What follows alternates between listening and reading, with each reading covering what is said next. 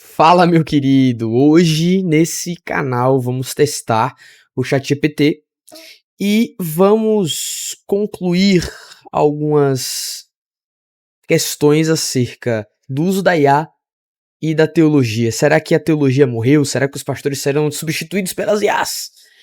Vamos, vamos pensar um pouquinho sobre isso nesse vídeo de hoje, beleza? Bom, eu quero apresentar para vocês o que eu vou perguntar pro chat. E aí eu vou perguntar pergunta por pergunta, e a partir dessas perguntas eu vou comentar um pouco sobre a resposta que o chat me der, e a partir disso eu vou concluir ali. Obviamente são perguntas das quais eu sei a resposta, ou pelo menos tenho algum nível de propriedade de fontes confiáveis para saber se a resposta que o chat está me dando é certa ou não, e aí a gente vai avaliar e a gente vai tirar algumas conclusões e algumas reflexões acerca desse tema, beleza? Então vou mostrar para vocês aqui, de antemão, que essas serão as perguntas que eu vou mandar para o chat, beleza? Então a primeira pergunta vai ser: o que é o Sola Escritura? O que é a Bíblia? Qual a linha de raciocínio histórico necessário para defender o cânon protestante? E vou pedir para ele, no final, fazer uma exegese do texto de 1 Coríntios 1, 18, 25, beleza? Tem uma interrogação aqui, não precisa. Então vamos lá. Primeira pergunta para o ChatGPT: o que é o Sola Escritura? E vamos lá. Obviamente eu não vou ler tudo, tá, galera? Eu vou pincelar um pouquinho aqui algumas coisas, o que mais me chamar a atenção aqui pra gente tentar conversar um pouco sobre esse assunto, beleza? Vamos lá. Sola Escritura é um princípio teológico da Reforma Protestante que afirma somente a Escritura, a Bíblia, no caso, a Bíblia, né? São a autoridade final e suficiente para a fé e a prática cristã. E justamente isso, a autoridade final. Ou seja, a gente corrobora com as tradições, mas as tradições que concordem com as escrituras, não que discorde das escrituras em alguma doutrina fundamental, beleza? Significa: a Bíblia é a única regra de fé infalível de fé, tradições, líderes religiosos e instituições não têm autoridade igual ou superior à Bíblia, tudo o que o cristão precisa para salvação e vida espiritual está contida nas escrituras. Até aqui uma questão de um contexto histórico, né? Vamos ver um pouquinho sobre isso aqui. Esse princípio foi fortemente defendido por reformadores como Martinho Lutero, que criticava a prática da igreja que não tinha base clara nas escrituras. É interessante que o Lutero, ele se baseou, se eu não me engano, foi no Wycliffe também, né? Que o Wycliffe é um pré-reformador que ele já defendia essa mesma tese, não? Obviamente que esse nome sola escritura, isso aí é posterior, mas a identidade do que significa isso já existia lá nos pré-reformadores, né? Aqui, ó, um ponto importante que o chat destaca: o sola escritura não significa ignorar estudos teológicos, desprezar líderes ou mestres e rejeitar toda a tradição, mas sim tudo que deve ser testado à luz da Bíblia. É justamente isso. Muitas pessoas de correntes cristãs diferentes, né, principalmente ali católicos e ortodoxos, acusam a gente protestante que a gente não tem nenhum tipo de tradição, ou que a gente não segue nenhum tipo de tradição, ou que a gente ignora completamente as tradições, e não é verdade, né? E acusam a gente de nuda escritura. Mas enfim, primeira pergunta: o chat GPT, ele passou, né? Ele, obviamente eu não li todas as suas, está aqui, ó. Ele fala também sobre a questão da posição do protestantismo frente ao catolicismo, né? Que no caso é as escrituras, tradições e a igreja, né? O magistério. E gostei bastante da resposta do chat, tá? Gostei bastante, foi bem coerente, explicou de forma bem tranquila o significado de sola escritura. Vamos para a próxima. O que é a Bíblia? Bora lá. Olha lá. A Bíblia é uma coleção de livros sagrados que formam a base da fé cristã. Ela é considerada por milhões de pessoas como palavra de Deus, usada para ensinar, orientar e revelar quem Deus é. A Bíblia não é um único livro, mas uma biblioteca com dezenas de livros escritos ao longo de séculos por diferentes autores. É interessante isso, né? Porque é justamente isso, né? E essa palavra, né? É biblion, né? Que vem desse sentido, né? De biblioteca, né? De um compêndio de vários outros livros que compõem um livro maior, né? É a estrutura de Antigo e Novo Testamento. E aqui faz uma divisão, né? Falando de Gênesis, Salmos, Isaías. É interessante que aqui tem uma divisão clara, né? Que é da Torá, dos escritos e dos profetas, né? Com Isaías aqui. Os escritos de diversos autores ao longo de cerca de 1500 anos. Profetas, reis, apóstolos. Muito interessante isso. Eu vou tentar falar um pouco aqui, começar um pouquinho mais com ela, e falar o seguinte aqui, ó. A Bíblia foi escrita por mais de 40 autores em 3 continentes diferentes, em 3 idiomas. Que eu acredito que eu passando o olho aqui eu não vi ela responder sobre isso. Sim, essa é uma forma clássica bastante usada, especialmente no meio cristão, para descrever a complexidade da Bíblia. E no geral está correto, com alguns ajustes importantes para maior precisão. Vamos lá, mais de 40 autores. A Bíblia foi escrita por diversos autores ao longo de cerca de 1500 anos, entre eles o rei Davi. O número exato não é 100% fechado, mas mais de 40 é uma estimativa ampla aceita. Sim, exatamente. Aqui os 3 continentes é a Ásia, a África e a Europa. É justamente isso aqui. Os 3 idiomas, né? Hebraico, o Antigo Testamento, grego, koiné e o Novo, e algumas partes em aramaico, no caso do Antigo Testamento. Ponto central disso, a afirmação geralmente é usada para destacar algo importante. Destacar algo importante. Mesmo sendo escrita por muitas pessoas em diferentes lugares e idiomas, a Bíblia mantém uma unidade temática especial no torno da redenção da pessoa de Jesus Cristo. Cara, isso é formidável, porque veja, o argumento ele perpassa justamente por causa disso aqui, né? Manter essa unidade. Você vê que a Bíblia, por mais dessa complexidade, né, nesse sentido mais amplo, falando sobre a diferença intelectual e financeira, econômica dos autores bíblicos, a quantidade de idiomas que foram utilizados em regiões completamente distintas, e mesmo assim a Bíblia ela mantém uma linha coerente, uma unidade temática muito, muito forte, muito específica. E é isso que difere o texto sagrado, né, as escrituras sagradas da tradição judaico-cristã, diferente de qualquer outra religião, seja ela. É politeísta não, porque politeísta não acredita tanto nessas questões, mas mais em comparações em outras religiões monoteístas, né? Mas fiquei satisfeito com a resposta do chat. Eu tentei colocar um pouquinho mais de fogo na. Um pouquinho mais de lenha na fogueira aqui, né?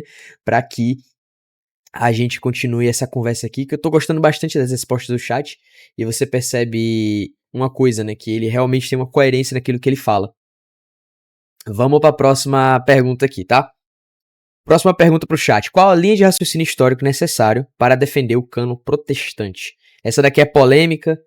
Dependendo de quem assistir esse vídeo aqui, eu vou arrumar polêmica com alguns amigos. Inclusive, se já eu estiver assistindo esse vídeo aqui, né? Vamos lá. Que interessante, vamos ver lá. Ó, o ChatGPT tá defendendo o cano protestante. Vamos ver quais são os argumentos que ele vai utilizar aqui. Eu tenho alguns argumentos, inclusive, na leitura desse livro aqui, estabeleci a maior base dos meus argumentos para defender o cano protestante. Não de uma forma restrita, mas de uma análise bem honesta da história e dizer que a gente não inventou nada, né? Existia pessoas naquela época, lá em antiguidade, que acreditavam em coisas similares com a que a gente acredita depois com Lutero, né? Não foi Lutero que inventou a Bíblia protestante, são coisas que foram tiradas lá de trás, né? Mas vamos ver aqui. Para defender o cano protestante de forma histórica consistente, você precisa construir uma linha de raciocínio que não seja apenas teológica, mas histórica progressiva. A ideia central é que o cano não foi arbitrariamente decidido, ele foi reconhecido ao longo da história. Isso é interessante, né? Porque a posição protestante é justamente essa, né? Que a igreja apenas recebeu e reconheceu, nesse sentido, né? Os textos ao longo da história que eram inspirados. Ela não arbitrou, ou seja, ela não decidiu qual era revelado e qual que não era, né? Aqui, ó, o ponto de partida, o filósofo teológico, né, que Deus revela a sua palavra, a autoridade intrínseca, o povo de Deus reconhece, não cria essa autoridade. O cano protestante já estabelecido, o cano hebraico, né, a Taná, que era amplamente conhecido entre judeus antes de Jesus Cristo. Esse cano corresponde essencialmente ao Antigo Testamento protestante. Flávio José menciona o conjunto fechado dos livros sagrados, né, que são a, a divisão tripartite da Bíblia, né, que é a lei, os escritos e os profetas, como eu falei anteriormente em outras respostas, e Flávio José ele defende, né, que o período que, digamos, o cânon, a revelação bíblica do Antigo Testamento foi fechada foi entre a morte de Moisés e o período do reinado do rei Artaxerxes, ou seja, o último profeta que tem o poder de revelação nesse sentido, né, de Deus, foi Malaquias. Ele fala que esse cânon corresponde essencialmente ao Antigo Testamento protestante, né, que no caso é o Flávio José, que fala não há evidências claras que os judeus tratavam o Deuteronômio como escritura no mesmo nível, né, embora eles tenham utilizado de certo modo em alguns outros contextos, inclusive a própria igreja primitiva depois de Jesus, né. Jesus cita frequentemente o Antigo Testamento, mas nunca cita os outros deuterocanônicos como escritura. É bem interessante, né? Que Jesus cita muito, inclusive Deuteronômio ele cita bastante, né? A lei ali é a Torá, mas ele nunca citou nenhum livro deuterocanônico. Nem Paulo citou algum livro deuterocanônico nesse sentido, pelo menos dentro daquilo que a gente está se propondo aqui a analisar, em comparação com a Bíblia católica, né? Os livros do Novo Testamento são escritos, aqui ele já está falando do Novo Testamento, né? Não seria tanto a pauta aqui que eu queria, era mais a diferença mesmo do Antigo Testamento, né? Mas ele está estabelecendo algumas coisas interessantes aqui. A igreja primitiva não reconheceu livros aleatoriamente, ela usou critério como apostolicidade, ortodoxia, uso contínuo das igrejas. A igreja reconhece e não cria o cânon, né? O concílio, aqui ó, o concílio como de Cartago apenas formalizou algo que já é reconhecido. Eles não criaram o cânon, mas confirmaram o uso do uso existente, né? É interessante aqui que fala que a Igreja Católica reafirma os livros em Trento. Ó, eu vou colocar uma linha na fogueira aqui. Os concílios de Hipona e Cartago foram concílios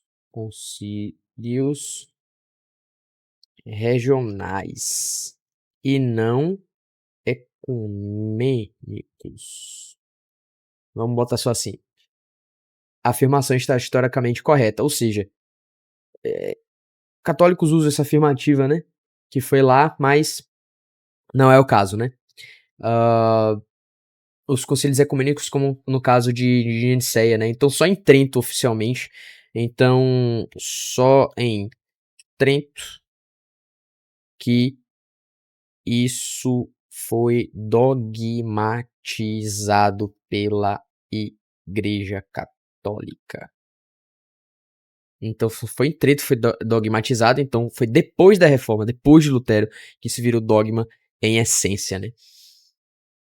Antes de Trento, o reconhecimento não um dogma formal, né? O Concílio de Hipona de Cartago, pais da igreja como Agostinho apoiavam essa lista, né? É interessante esse ponto.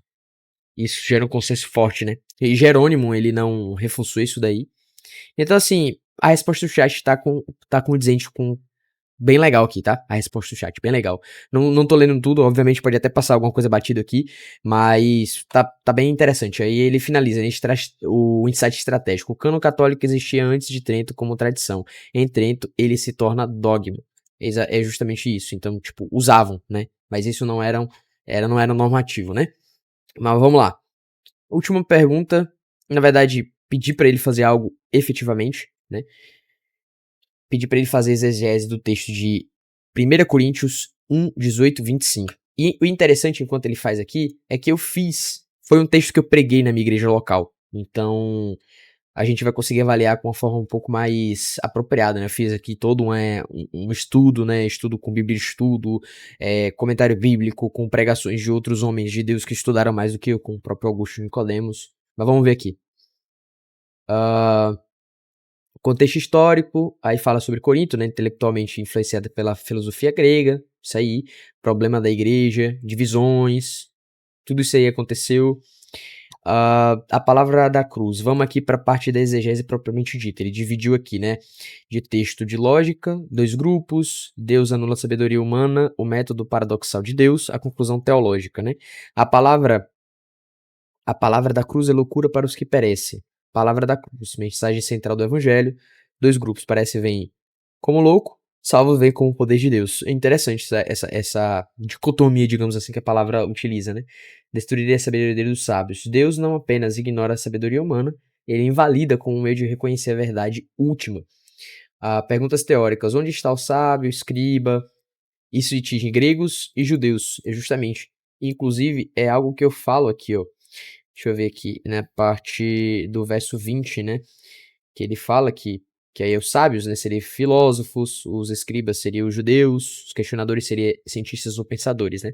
É interessante que esse texto aqui não está invalidando a sabedoria ou o conhecimento. Na verdade, só está dizendo que o conhecimento humano por si só, sem o espírito, a iluminação do espírito, ele não serve de nada. A pessoa não vai conseguir se salvar por meios naturais. Então, é principalmente esse ponto aqui que está sendo enfatizado nesse texto, tá? Aprove a Deus salvou pela loucura da pregação. Aqui, centro teológico. O mundo não reconheceu Deus pela própria sabedoria. Deus escolheu um meio considerado irracional. Isso é radical. Deus deliberadamente escolhe um meio que confronta o orgulho intelectual humano. Então veja,